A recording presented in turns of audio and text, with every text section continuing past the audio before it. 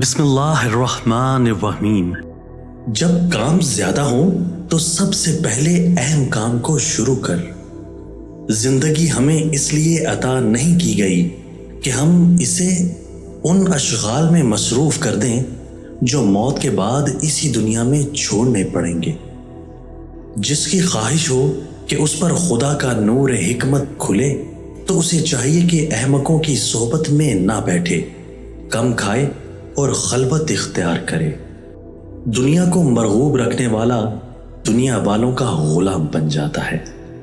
جو تمہارے سامنے دوسروں کی برائی کرتا ہے وہ دوسروں کے سامنے تمہاری برائی بھی بیان کرتا ہوگا۔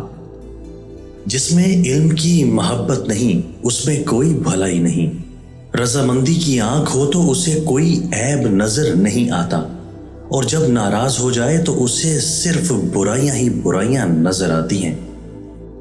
سب سے زیادہ جاہل وہ ہے جو گناہ سے باخبر ہوتے ہوئے بھی گناہ کا مرتکب ہوتا ہے۔